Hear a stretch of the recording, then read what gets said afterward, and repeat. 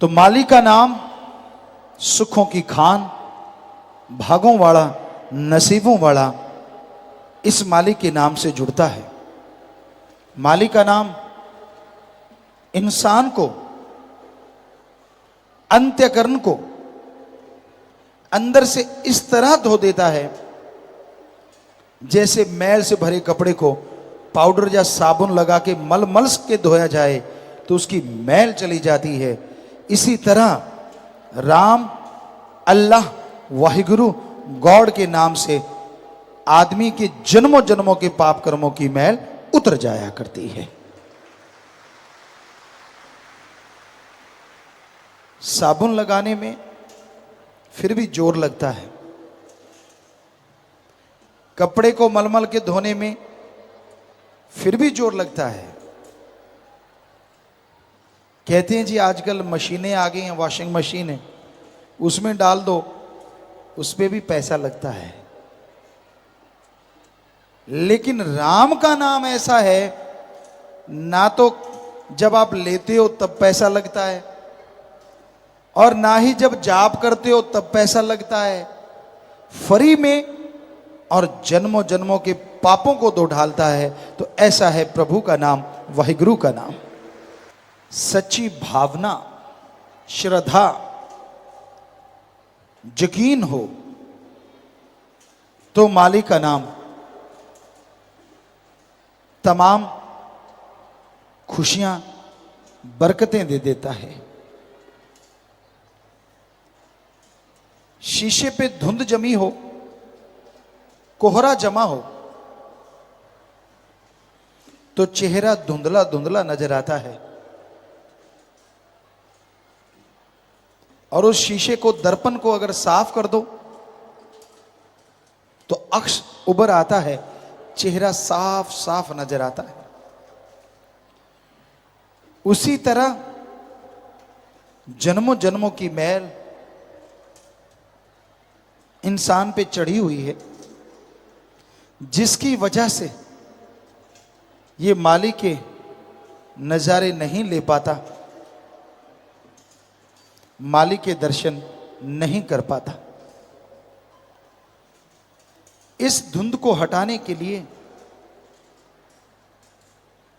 साफ करने के लिए सत्संग में आओ और सत्संग में आके प्रभु का नाम लो, जिससे ये धुंध छंट जाएगी और माली के नूरी नजारे नजर आने लगेंगे।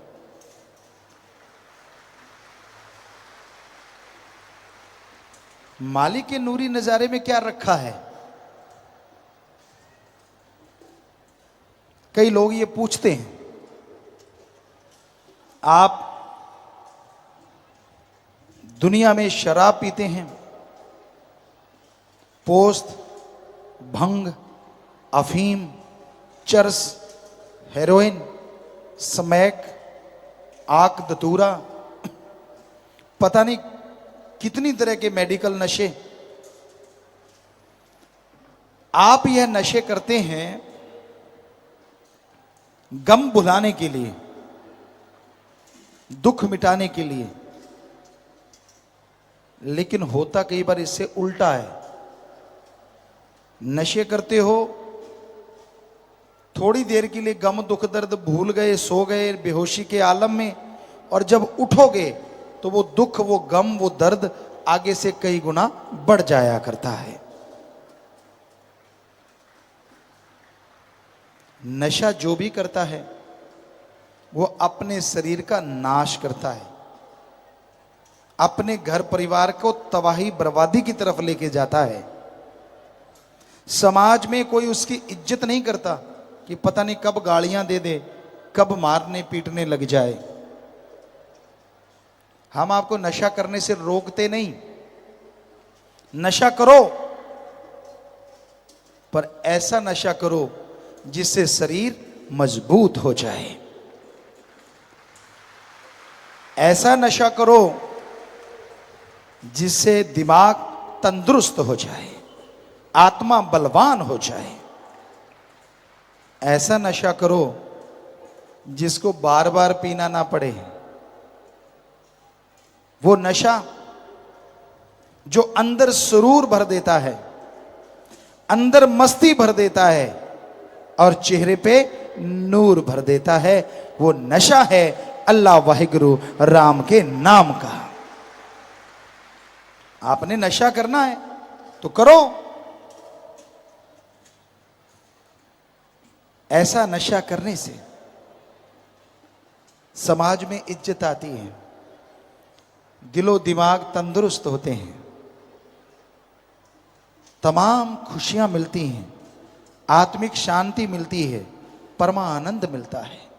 लेकिन कई बार होता है, कई लोग मन के इतने सताए होते हैं, काल की मोहरें लगी होती हैं कानों पे, संतों के वचन उनको अच्छे नहीं लगते, संतों द्वारा कही गई बात उन्हें पसंद नहीं आती। हम आपको कई बार बात सुनाते हैं कि एक बार एक कोई किसान था, जिमींदार था, और उसके पास घोड़ा था। वो घोड़े पे खेत में से चने ढो रहा था, छाटी बोरा घोड़े पे डाल रखा था। तो उसने क्या किया, एक तरफ चने डाल लिए और एक तरफ बालू रेत डालने लगा। सामने एक कोई समझदार किसान देख रहा था, वो उसके पास आया, कहता है यार क्या कर रहा है तू, इधर रेता क्यों डाल रहा है? कहता मैं वजन बराबर कर रहा हूं, भार सावा कर रहे हैं। कहने लगा कैसे? कहता उधर 2 मन चने हैं और इधर 2 मन रेता डाल लूंगा तो बैलेंस हो जाएगा। वो किसान कहने लगा कि वजन बराबर करना है तो 1 मन चने इधर डाल ले, 1 मन चने इधर डाल ले, घोड़ा 2 मन वजन फालतू उठाने से बच जाएगा। बात तो सही थी, लेकिन अड़ियल टट्टू भी कई होते हैं। कहने लगा सुन, घोड़ा किसका? कहता भाई तेरा। बोरा किसका?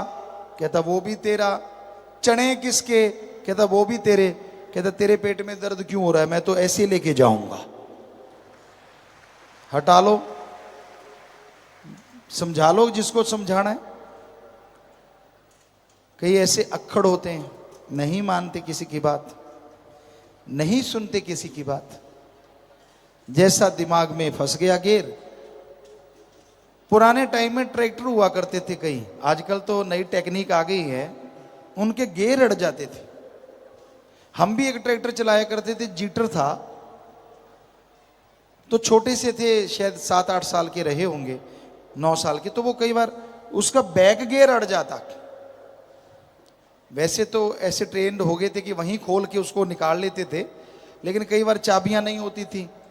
अब बैक गियर अड़ गया, खेत में काम करते करते घर पे चाबियां हैं, बस फिर बैग ही घर लेके आते कि चल बेटा इधर ही चल, स्टीयरिंग पीछे। तो कईयों के बैक गियर अड़ जाता है। ट्रैक्टर तो फिर भी घर आ जाता है, ऐसे आदमियों का क्या किया जाए? बस मालिक से दुआ कर सकती है, मालिक उनका गियर निकाल दे, वो भी इंसान बन जाएं, वो भी नेक बन जाएं, वो भी मजे लें परमात्मा के नाम के, वो भी आनंद उठाएं भगवान के नशे का, और दुनियावी गंदगी को लात मार दें, नजारे आ जाएं, मजा आ जाए। संत तो प्रार्थना कर सकते हैं, हाथ जोड़ सकते हैं कि भाई मत कर बुरे कर्म। आगे इंसान मर्जी का मालिक है, पशु थोड़ा ही है जो सांकल डाल के किले पे बांध देंगे। तो संतों का काम समझाना है, बताना है, और सच्ची बात बताना। किसी से कोई दुश्मनी नहीं होती। संत जहां भी होते हैं सबकी मांगत खैर, सबों से हमारी दोस्ती, नहीं किसी से बैर। बैर विरोध हो ही नहीं सकता संत का। और दोस्ती इसलिए जो अल्लाह से, वाहिगुरु से, राम से प्यार करेगा उसकी औलाद से नफरत कैसे कर सकता है। तो संत तो समझाते हैं, जो सुन के मान लेते हैं बेइंतहा खुशियां हासिल करते हैं, और जो नहीं मानते वो खाली रह जाते हैं, दुखी रह जाते हैं। माने की गति कहीं ना जाए, ना माने पीछे पछताए। मान लो पीर फकीर की बात तो ऐसा नजारा मिलता है, ऐसी खुशी मिलती है, ऐसा परमानंद मिलता है जो बाजार में किसी भी मोल खरीदा बेचा नहीं जा सकता। सो वचन मान के जो अमल करते हैं, पीर फकीर की बात मान के जो चला करते हैं, उन्हें जिंदगी में कभी किसी चीज की कमी नहीं रहती। पीर फकीर बताते हैं सुमरन करो, उससे आत्मबल आता है, अंदर का हौसला, बुलंद हौसले हो जाते हैं। और जिनके हौसले बुलंद होते हैं, मुश्किलें उनके सामने ढेरी हो जाती हैं, मुश्किलें उनके सामने कभी रुका नहीं करती। तो संत पीर फकीर दुआ करते हैं, सबके भले के लिए प्रेरणा करते हैं। मालिक का सुमरन करो, मालिक से मालिक को मांगो, ये प्रार्थना करते हैं। तो आप ओम हरि अल्लाह वाहिगुरु का नाम जपा करो। उसके नाम में बेइंतहा लज्जत है, आनंद है, स्वाद है, नशा है, खुशियां हैं, और इंसान मस्ती से माला माल हो जाता है। दुई द्वेष के चक्कर में मत पड़ो, क्यों किंतु परंतु के झमेलों में मत पड़ो। वचन सुनो और वचन मानो।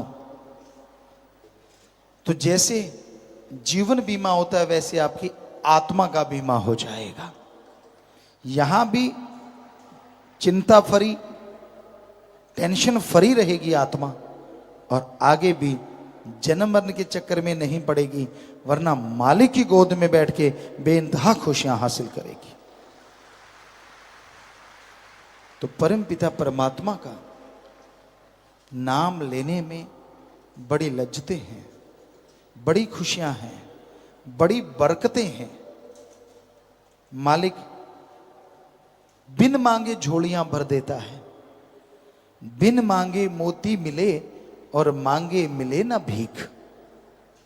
बिन मांगे, जब सच्ची भावना से आप चली पड़े तो फिर वो जानता है आपको क्या चाहिए, मांगने नहीं देता, अपने आप दे देता है।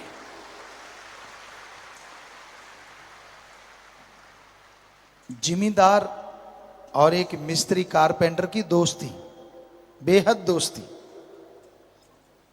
और जिमीदार का अगर चारपाई टूटी पड़ी हो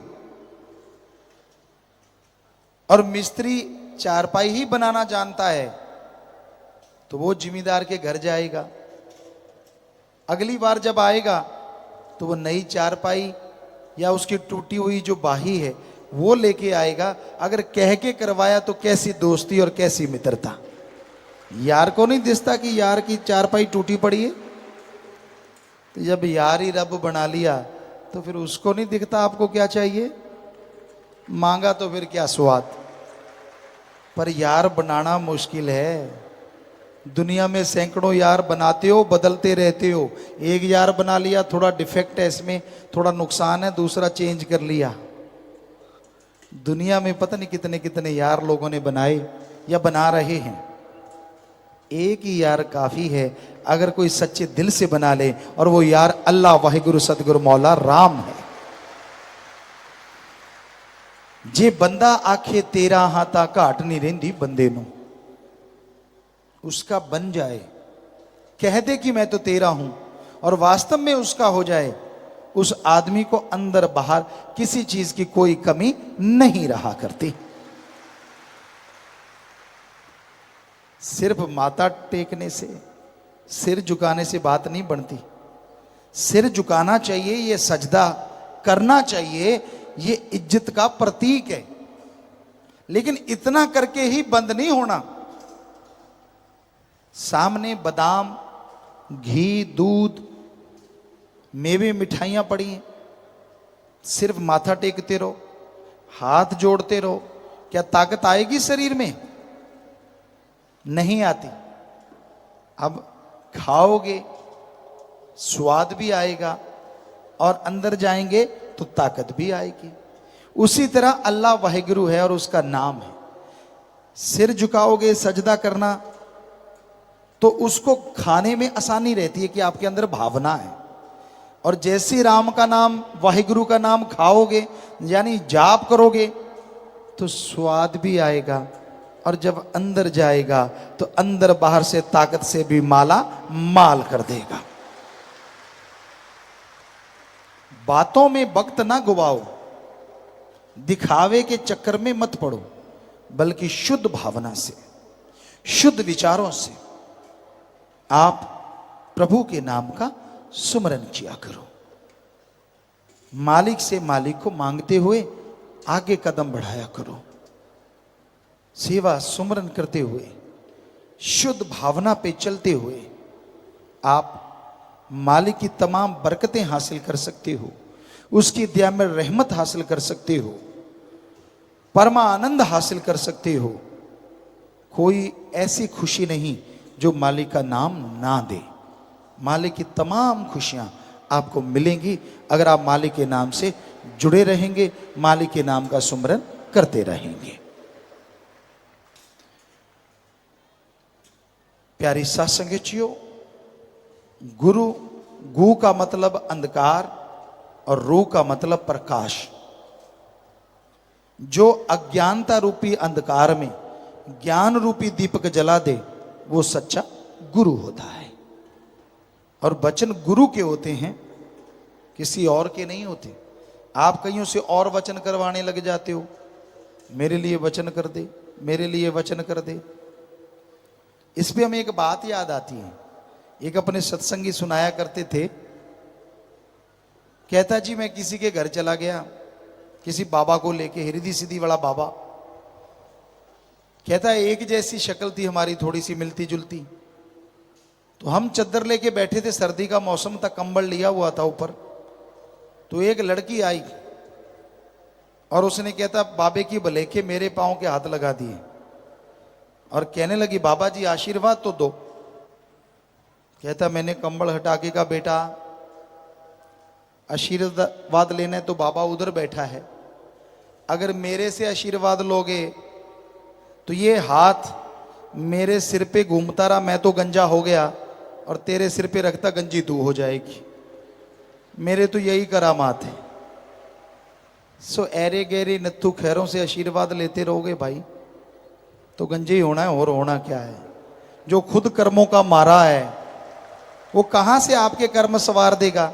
सारा दिन टेंशनों में, सारा दिन बीमारियों में, सारा दिन परेशानियों में जो लटका रहता है, आपको कहां से अनामी देश दिखा देगा। अनामी देश दिखाने वाला आपके अंदर बैठा है। गुरु पीर फकीर सच्चा वो है जो अनामी देश और अनामी वाले से मिलाने का रास्ता बता देता है कि ले भाई नाम, ले भाई गुरुमंत्र, ले भाई कलमा, और मालिक से दुआ करके आशीर्वाद ले जा और सुमन करना। यकीनन तेरा मालिक तुझे तेरे अंदर से दर्शन देगा और खुशियों से माला माल कर देगा। तो इसलिए गुरु पीर फकीर की सुनो और अमल करो, अकल का दखल कभी न दो। और गुरु सिर्फ गुरु होता है, ये मत सोचो कि उसके आसपास वाला या कोई भी रिश्ते नाते वाला, कोई आस वाला या पास वाला या दूर या दराज वाला, आप सोचो यार इसके भी पांव के हाथ लगाएंगे तो कुछ कर देगा। गुरु को सिर्फ उसका गुरु ही गुरु बनाता है। किसी और के पास ताकत 100 में से आधा पैसा तो क्या 0 पैसा भी नहीं होती किसी के भी पास, चाहे वो कोई भी क्यों ना हो। इसलिए हमेशा याद रखो वचन गुरु के होते हैं, क्योंकि उसको गुरु ने ताकत दी होती है, आशीर्वाद उसका होता है। इसलिए पाखंडों में मत पड़ा करो, ढोंगियों के चक्कर से बच के रहा करो, ढोंग डकोसले करने वालों से सावधान रहा करो, वरना करी कराई भक्ति माटी में मिल जाएगी, दोजक में जाओगे, दुखी रहोगे, परेशान रहोगे। कई ऐसे भी महानुभाव सेवादार बनते हैं जो सत्संग में नहीं आते, गुरु पीर फकीर के दर्शन तक नहीं करना चाहते, और किसी आदमी में इतने मोहित हो जाते हैं, इतने पागल हो जाते हैं कि मेरा तो सब कुछ यही है, तो सब कुछ तेरा भी बर्बाद और उसका भी बर्बाद। क्योंकि अंधा गुरु अंधा चेला, नरकों में धकम धकेला। गुरु कहता है पहले नरक में मैं घुसूंगा, चेला कहता मैं घुसूंगा, चक्कर पड़ा रहता है नरक में जाने के लिए। इसलिए जो रूहानियत के सच्चे संत पीर फकीर होते हैं उनकी बात सुना करो, उनके वचन माना करो, उनके अलावा किसी के वचन नहीं होते, सवाल पैदा नहीं होता। गुरु ही गुरु को नवाजता है, गुरु ही वचनों का अधिकारी होता है, और किसी का कोई वचन नहीं होता। ये हमेशा दिमाग में याद रखा करो। तो भाई संतों का काम सच बताना, मानना ना मानना आपकी मर्जी। ईश्वर अल्लाह वाहिगुरु गॉड खुदा राम जो कण कण में जर्रे जर्रे में मौजूद है, कोई भी उसका नाम लेता है, कोई भी उसकी भक्ति करता है, वो परमपिता परमात्मा उसे अंदर बाहर किसी किस्म की कोई कमी नहीं आने देता। सच्ची श्रद्धा हो, सच्ची भावना हो, इंसान की झोलियां कब भर जाती हैं कुछ पता नहीं चलता। और सच्चाई ये भी है कि सच्ची भावना श्रद्धा से जो मालिक का नाम लेते हैं, कई बार उन्हें पता नहीं चलता, लेकिन झोलियां भरी की भरी नजर आने लगती हैं। तो आप अपने आप को उसकी दया में रहमत के लायक बनाएं, सुमरन किया करें, वचनों पे पक्के रहें, वचनों में परहेजों में कभी भी गलत काम ना करें, उनको तोड़े ना, पहरा दें। सुमरन करने के लिए आप चलते, बैठ के, लेट के, काम धंधा करते हुए किसी भी शरीर का अवस्था में मालिक का नाम आप ले सकते हैं। पर एक समय ऐसा भी चुने जब आप बैठ के मालिक का नाम लें, और वो समय सुबह सवेरे का चुनो तो बहुत ही कमाल है। सुबह का समय 2 से 5 के बीच का समय, उस समय में आप मालिक की भक्ति इबादत करें, मालिक को याद करें। तो भाई सुबह का वो समय, सुबह का वो समय अगर कोई चुन लेता है और उसमें आधा घंटा घंटा मालिक की याद में बैठता है तो ध्यान जल्दी लगता है, मालिक की दया में रहमत जल्दी होती है, और खुशियां बरकतें घर में जल्दी आया करती हैं। शाम का समय वो समय जब खाना आप खाने जा रहे हैं उससे पहले का समय, या फिर खाने के 2.5-3 घंटे बाद का समय। सबसे बढ़िया तो खाने से पहले खाली पेट, जैसे भूख में आप तड़प जाते हैं, कईयों को होता भूख नहीं काटी जाती, अलग किस्म के लोग होते हैं। जब भूख का समय आता है तरह तरह के बहाने बनाते हैं, तरह तरह की बातें करते हैं। वो सीधे तरीके से नहीं कहते कि मैं थक गया, मैं ऐसे हूं, लेकिन उनका साफ पता चल जाता है कि भाई हाँ अब बहानेबाजी शुरू हो गई है। तो वो समय होता है जब आप कहते मेरे पेट में चूहे कूद रहे हैं, कई कहते मेरे तो हाथी कूद रहे हैं। तो वो समय से पहले, वो कूदें उससे पहले अगर आप अल्लाह वाहिगुरु राम की भक्ति करें तो वो जो तड़प भूख के लिए, वही तड़प कन्वर्ट होकर भगवान के लिए बन सकती है, और वो आपके लिए बहुत बढ़िया समय हो सकता है। सुबह का तो 2 से 5 का है ही बेस्ट। तो इस तरह ये दोनों समय में भी आप चाहे 10-10 मिनट, चाहे आधा घंटा सुमरन जरूर किया करें। दुनिया वाले क्या कहते हैं उस तरफ ध्यान ना दें, क्योंकि दुनिया का काम ही अच्छे भले नेक लोगों को टोकना है, दुनिया का काम ही भले रास्ते पे चलने वालों को रोकना है। इसलिए उनकी मत सुनो। एक शक्ति है जो आपकी आत्मा को, शरीर को बूस्ट देती है। इसलिए किसी के भी कहने से सुमन करना बंद ना किया करो, सुमन करते जाओ, सुमन में बेइंतहा खुशियां हैं। इंसान जब मनमते चलता है, जब बुरे कर्म करता है, उसकी सजा भोगनी पड़ती है। पर उस सजा से भी अगर आप बचना चाहो तो ईश्वर का नाम आपको बचा सकता है, और कोई तरीका नहीं। सेवा करो, तन मन धन से दीन दुखियों की मदद करो, और जरूरतमंद का साथ दो, सुमरन करो, और सच अल्लाह वाहिगुरु राम के रास्ते पे दृढ़ता से चलते जाओ। यकीनन आपकी झोलियां भरेंगी, यकीनन खुशियों से आप माला माल होंगे ही होंगे।